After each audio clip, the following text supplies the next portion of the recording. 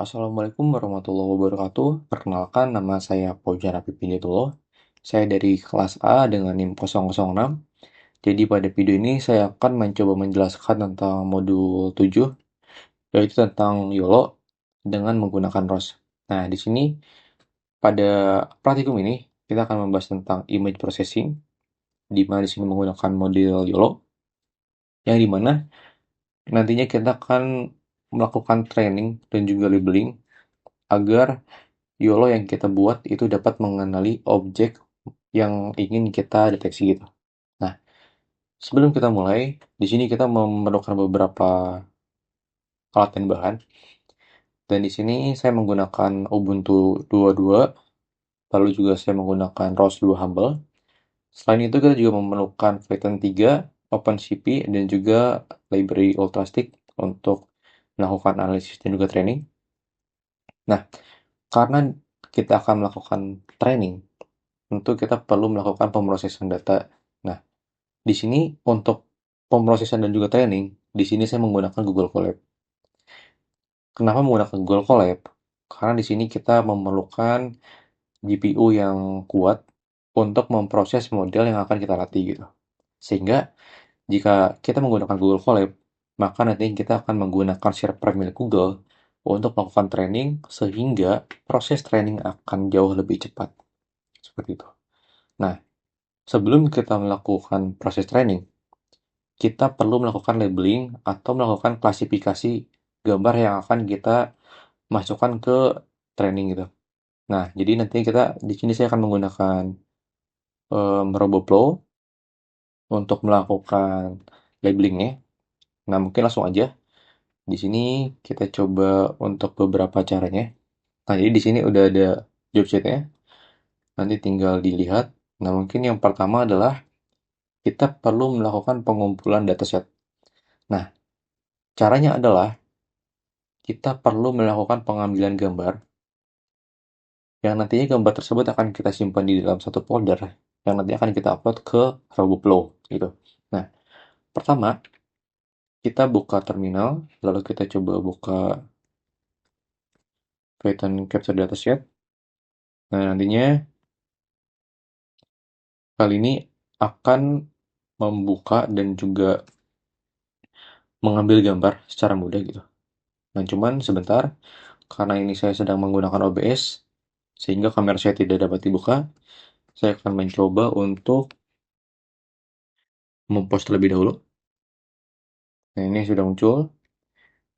Cara pengambilan gambarnya adalah kita perlu menekan spasi untuk mengambil gambar. Nah, di sini untuk gambar yang akan saya deteksi adalah yaitu yang pertama adalah kacamata, lalu yang kedua adalah bahan mainan, lalu yang ketiga adalah Arduino. Nah, nantinya saya akan mengambil ketiga objek ini dari berbagai sisi gitu.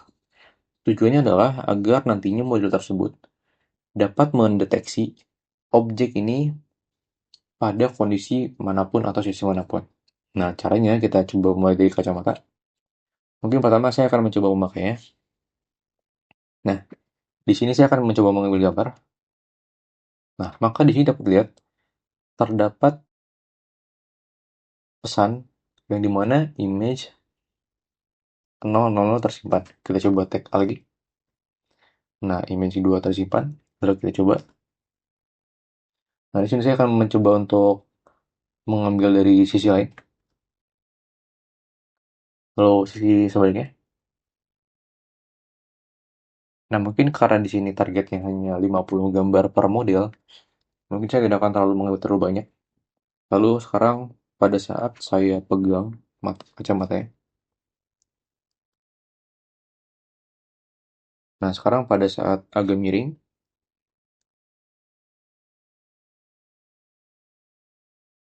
lalu pada saat sebaliknya, lalu ini misal dari belakang. Nah, misal pada saat posisi seperti ini, lalu seperti ini. Nah, ini sudah ada sekitar 50 gambar. yang nantinya akan kita masukkan ke RoboFlow. Lalu selanjutnya untuk bahan mainan juga sama seperti itu. Kita coba ambil gambarnya. Kita coba dari POV lain.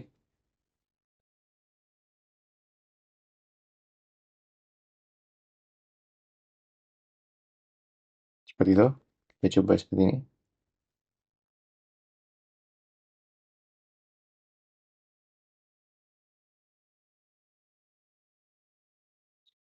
Nah, ini sudah 100. Lalu sekarang untuk Arduino. Nah, karena Arduino ini memiliki dua sisi dan dengan warna yang berbeda, kita harus mengambil dua sisi tersebut. Kita coba yang pertama.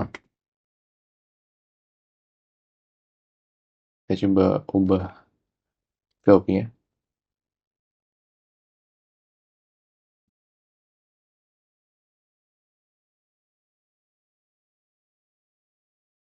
Lalu kita pada posisi seperti ini. Kita putar.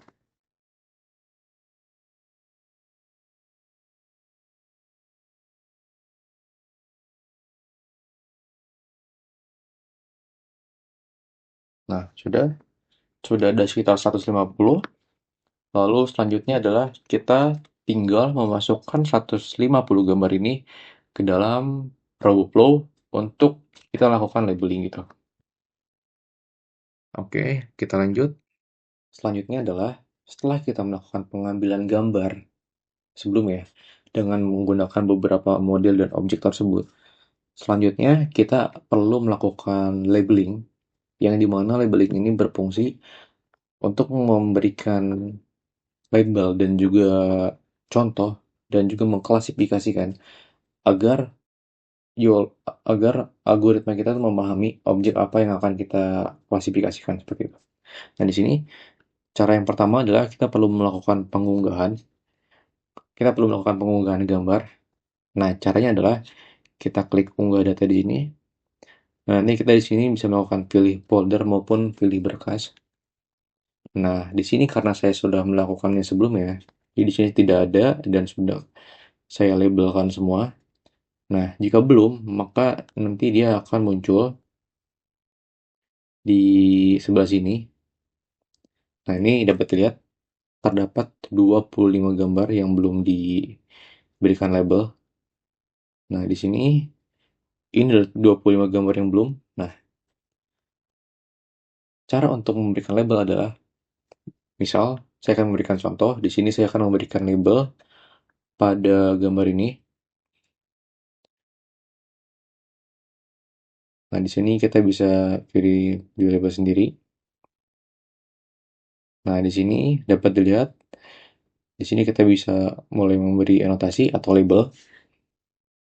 Nah, caranya adalah kita simpan kursor kita di sini lalu klik di objeknya.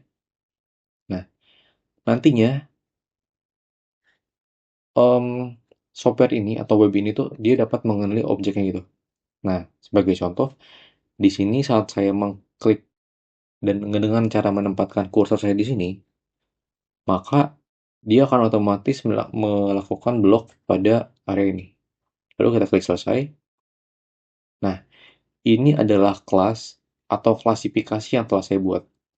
Di mana di sini saya membuat 3 klasifikasi, yaitu yang pertama adalah Arduino Uno dengan menggunakan berwarna merah, lalu ban mainan dengan menggunakan warna hijau, dan juga kacamata menggunakan warna ungu, seperti itu. Nah, kalau sudah, kita bisa klik simpan. Lalu kita tambahkan ke dataset. Nah, maka dia akan otomatis menambah dan juga masuk ke dataset. Nah, setelah itu, maka gambar-gambar tersebut akan berkumpul di sini. Nah, ini adalah dataset yang telah saya lakukan label. Di sini tercatat ada sekitar 167 gambar. Di sini dapat dilihat, ini adalah pada saat saya melabelkan kacamata, di mana di sini saya mengambil kacamata dari beberapa sudut dan juga beberapa sudut atau beberapa VOV gitu. Nah, dapat lihat di sini waktu saat saya pakai, lalu saat saya lihat kiri maupun lihat kanan, Lalu ada yang saya pegang juga, lalu saya balikan arahnya, dan juga saya buat dari berbagai arah gitu. Yang tujuannya adalah agar model tersebut dapat melihat dan mengenali objek yang akan kita deteksi dari sudut manapun. Dan semakin banyak sudut dan juga dataset yang kita gunakan, maka akan semakin akurat juga dalam proses pengenalannya. Nah, dapat dilihat, ini adalah contoh-contohnya. Nah, selanjutnya kita dapat melihat, tadi kan untuk kacamata, mungkin saya akan coba zoom di sini. Ini untuk kacamata, dapat lihat. Ini saya akan coba saya lihatkan. Ini untuk kacamata.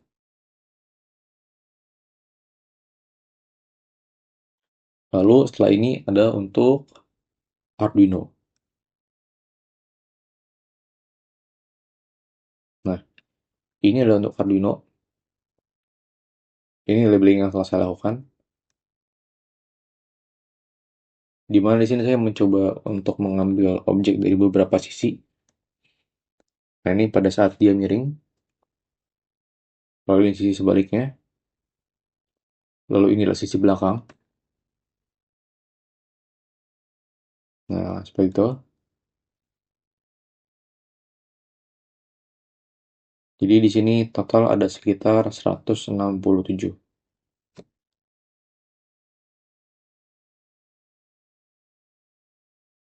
Nah, di sini kita coba lihat untuk yang ban. Dan ini untuk yang ban kurang lebih ada sekitar 50 gambar juga. Nah, di sini kita coba lihat. Nah, ini untuk bagian ban mainan.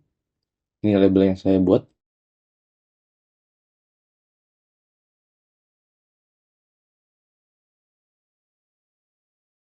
Nah, di sini saya mencoba memasukkan banyak dataset. Lalu ini untuk pada saat bagian dia tertidur. Dan ini untuk yang bagian kacamata. Nah, setelah kita melakukan labeling,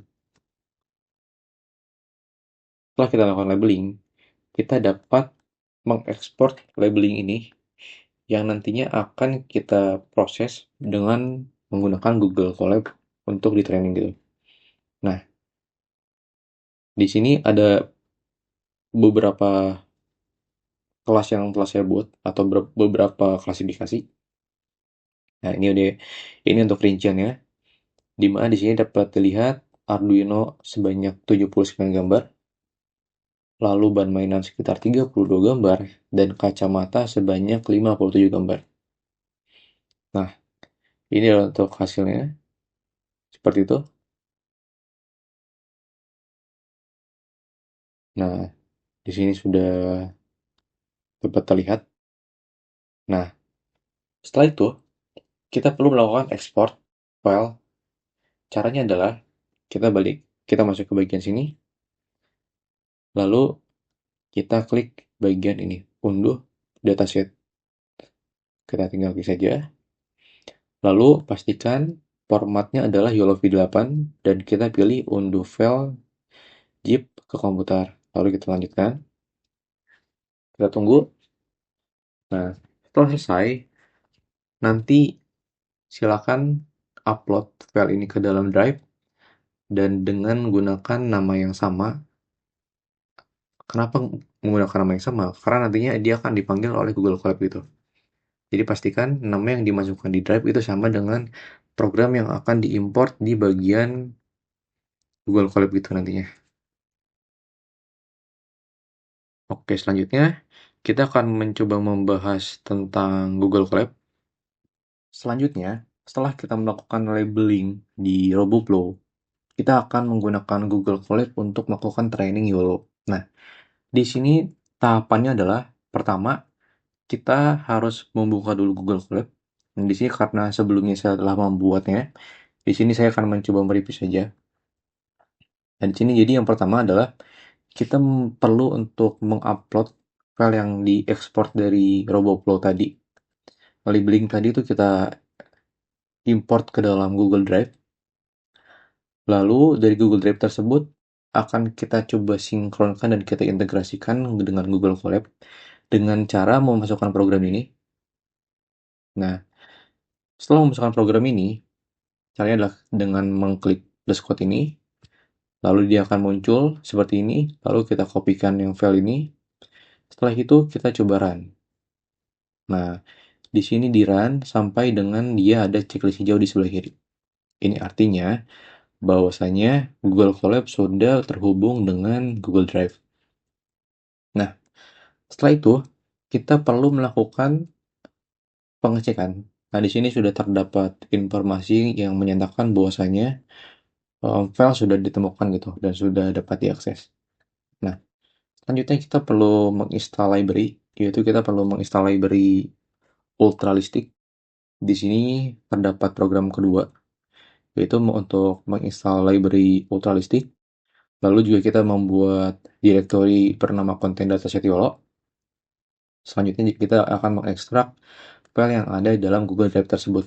Nah, setelah ini selesai, kita perlu melakukan training. Nah, saat kita melakukan training, di sini ini adalah program untuk training. Ada beberapa parameter yang perlu kita tentukan. Nah, di sini saya menggunakan epoch sebanyak 50 untuk melakukan training, yang artinya training saya akan dilakukan sebanyak 50 kali pengulangan. Nah, namun sebelum kita melakukan training, kita perlu mengubah dulu GPU yang akan kita gunakan untuk melakukan training ini. Nah, karena ini menggunakan YOLO dan tentunya membutuhkan processing yang cukup berat, kita tidak bisa menggunakan menggunakan laptop sendiri, yang dimana akan memakan waktu yang cukup lama. Sehingga di sini saya menggunakan Google Colab, dan juga di sini saya akan mengatur GPU yang akan saya gunakan. Nah, cara mengaturnya adalah kita bisa klik runtime di sini. Di runtime, kita klik yang ubah jenis runtime. Nah, yang perlu kita ubah adalah akselerator hardware.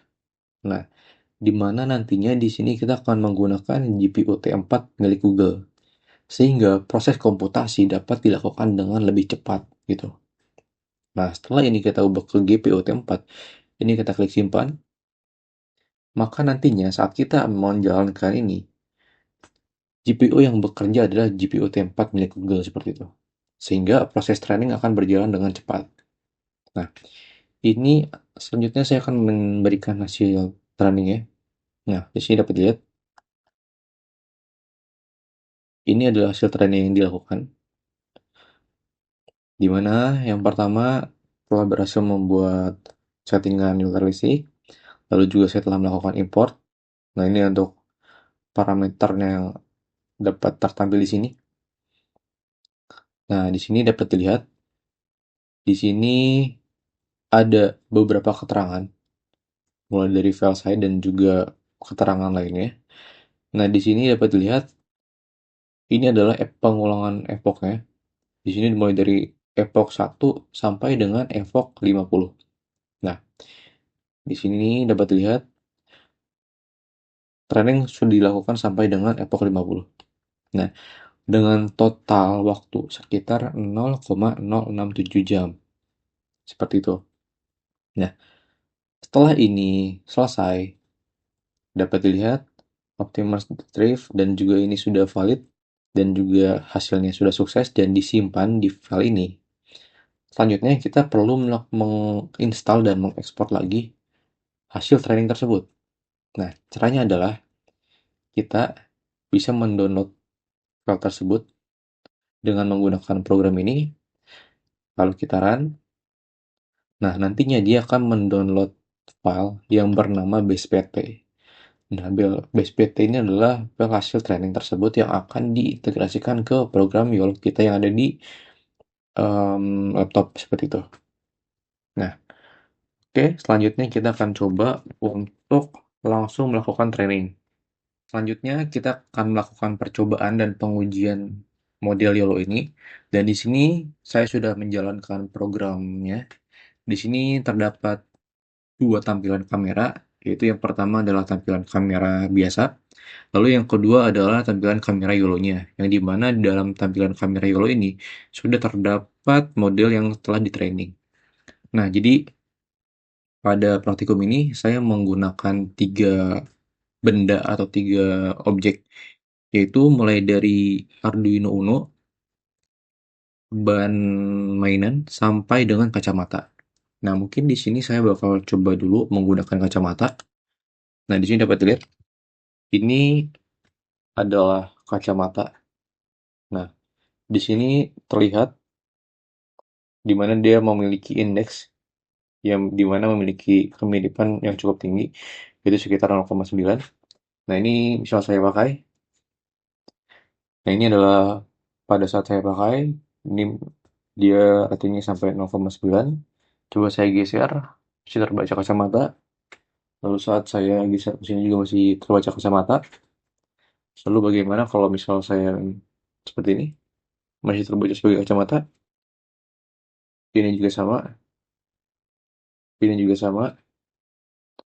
Nah, ini juga sama. Nah, untuk kacamata ini dan dihasilkan, em, akurasinya lumayan tinggi karena sudah saya putar-putar, dia masih terbaca sebagai kacamata. Seperti itu. Nah, lalu lanjut untuk objek kedua yaitu objek ban mainan. Nah, di sini ban mainan nilainya lumayan tinggi yaitu sekitar 0,98. Nah, ini coba saya miringkan.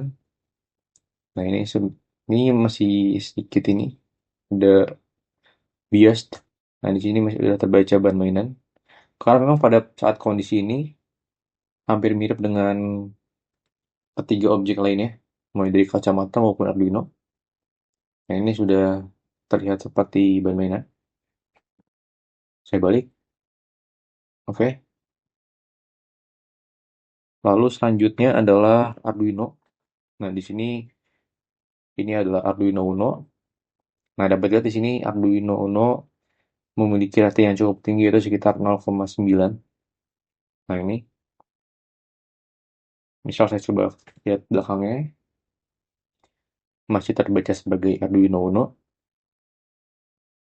Lalu saya coba balik lagi. Ini masih terbaca sebagai Arduino Uno.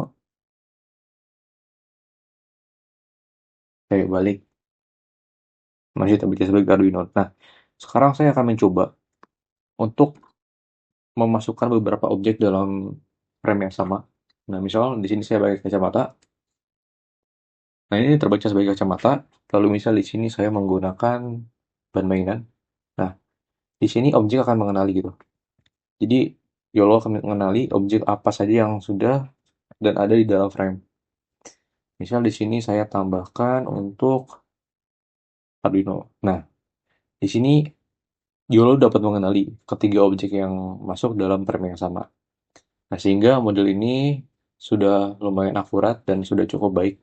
Karena di sini saya menggunakan sekitar 170 dataset yang sudah saya labeling dengan menggunakan Roboblow. Nah, mungkin sekian dari saya. Terima kasih. Wassalamualaikum warahmatullahi wabarakatuh.